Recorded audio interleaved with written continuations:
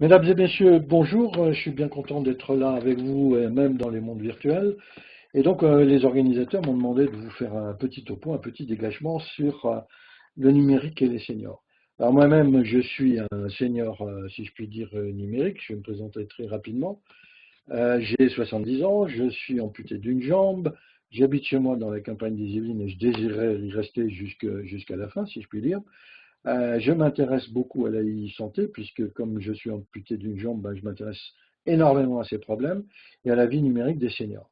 Et j'espère pouvoir suivre ma e-santé en temps réel sur l'Internet puisque comme vous ne le savez peut-être pas, nous allons passer progressivement d'une médecine curative à une médecine prédictive, notamment avec l'écran de la technologie aux États-Unis. Alors l'humanité est en face d'un très gros problème qu'elle va devoir résoudre dans les années à venir, c'est que le nombre d'humains de plus de 65 ans aura doublé en 2040. On était à 2 millions, à 500 millions en 2008, on va passer à 1,3 milliard et ceci va continuer. Alors comment on va faire? Bien, je pense qu'on devrait suivre ce qui s'est passé au Japon. Le Japon a 30% de sa population actuellement qui a plus de 65 ans. En France, on est né à 20%, mais on sera comme au Japon dans une quinzaine d'années.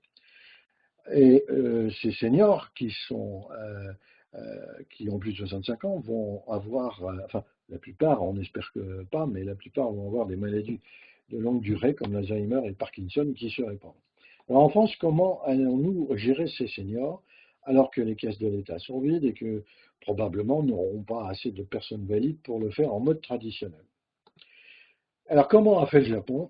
Eh ben, la première chose qu'il a fait, et ça date du début des années 90, le Japon a décidé de fibrer le pays. Aujourd'hui, plus de 50% des foyers japonais ont un accès à Internet à très très haut débit, donc du fibre optique à 100 mégabits. Sony a même ouvert à Tokyo un réseau à 2 gigabits symétriques. Alors, c'est une condition nécessaire, naturellement, pour laisser les seniors à domicile et éviter de les mettre dans des maisons de retraite parce que ça coûte quand même un peu plus cher. Mais c'est pas une raison, enfin, c'est pas suffisant. Il faut autre chose. Deuxième chose que les Japonais ont mis sur pied, c'est les robots. Les robots, notamment le robot de service, puisque par exemple le Japon a racheté Aldebaran, qui est une société française qui est dans les robots, et je vous ai mis là une petite image du prochain robot d'Aldebaran qui sera japonais, qui est Romeo, 1,50 m, et qui va, j'espère en avoir un d'ailleurs, m'aider à gérer tout un tas de problèmes chez moi. Autre chose, ce qui se passe au Japon, bien la poste japonaise, ça a été annoncé il y a très peu de temps, qui est privée, je vous le rappelle, c'est à cointer avec Apple et IBM et va remettre à tous les Japonais depuis 65 ans un iPad pour accéder à une plateforme de gestion à distance du dit senior. Puis plus tard un système de gestion de e-santé en temps réel sur le cloud d'IBM connecté avec son Watson. Alors le Watson, je ne sais pas si vous le savez, mais c'est un ordinateur un peu particulier. C'est un ordinateur qui est doté d'intelligence artificielle extrêmement précise, extrêmement utile, et qui aide déjà des médecins américains dans le domaine de la cancérologie. Le senior japonais aura aussi un dossier médical personnalisé, ce qui lui permettra de suivre sa santé en temps réel et qui permettra à ceux qui vont le suivre eh bien, d'être informés sur sa santé.